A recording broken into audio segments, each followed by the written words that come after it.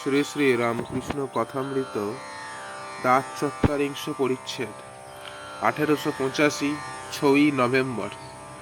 কালী পূজার দিবসে শ্যামপুকুর বাটিতে ভক্ত সঙ্গে শ্রীরামকৃষ্ণ শ্যামপুকুরের বাটির উপরের দক্ষিণের ঘরে দাঁড়াইয়া আছেন। বেলা 9টা। ঠাকুরের পরিধানে শুদ্ধ বস্ত্র এবং কপালে চন্দনের ফোঁটা। মাস্টার ঠাকুরের আদেশে সিদ্ধেশ্বরী কালীর প্রসাদ আনিয়াছেন। প্রসাদ হস্তে ঠাকুর অতি ভক্তিভাবে দাঁড়াইয়া কিঞ্চিৎ মস্তকে ধারণ করিতেছেন। গ্রহণ করিবার সময় পাদুকা খুলিয়াছেন। মাস্টারকে বলিতেছেন, বেশ প্রসাদ।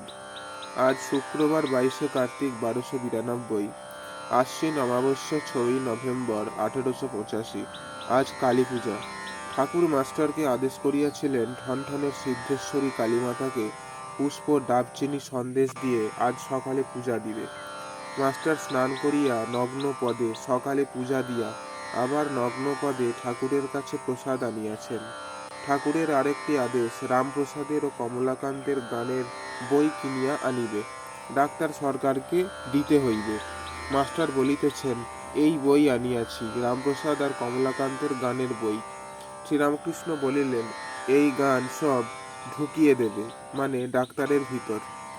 গান, মন কি তত্ত্ব করো তারে, যেন উন্মত্ত আঁধার ঘরে, সে যে ভাবের বিষয়, ভাব ব্যতীত অভাবে কি ধরতে পারে। গান, কে জানে কালী কেমন, স্বরদর্শনে না পায় দর্শন। গান, মন রে কৃষি কাজ জানো না, এমন মানব জমিন রইল পতিত, আবাদ করলে ফলতো সোনা। গান, আয় মন বেড়াতে যাবি, কালীকল্প তরু মূলে রে মন, চারি ফল কুড়ায় পাবি। মাস্টার বলিলেন, আজ্ঞে হ্যাঁ। ঠাকুর মাস্টারের সহিত ঘরে পায়চারি করিতেছেন, চটি জুতা পায়ে, অত অসুখ সহাস্য বদন। শ্রীরামকৃষ্ণ, আর ওই গানটাও বেশ, এ সংসার ধোঁকার টাটি, আর এ সংসার মজার কুটি, ও ভাই আনন্দ বাজারে লুটি।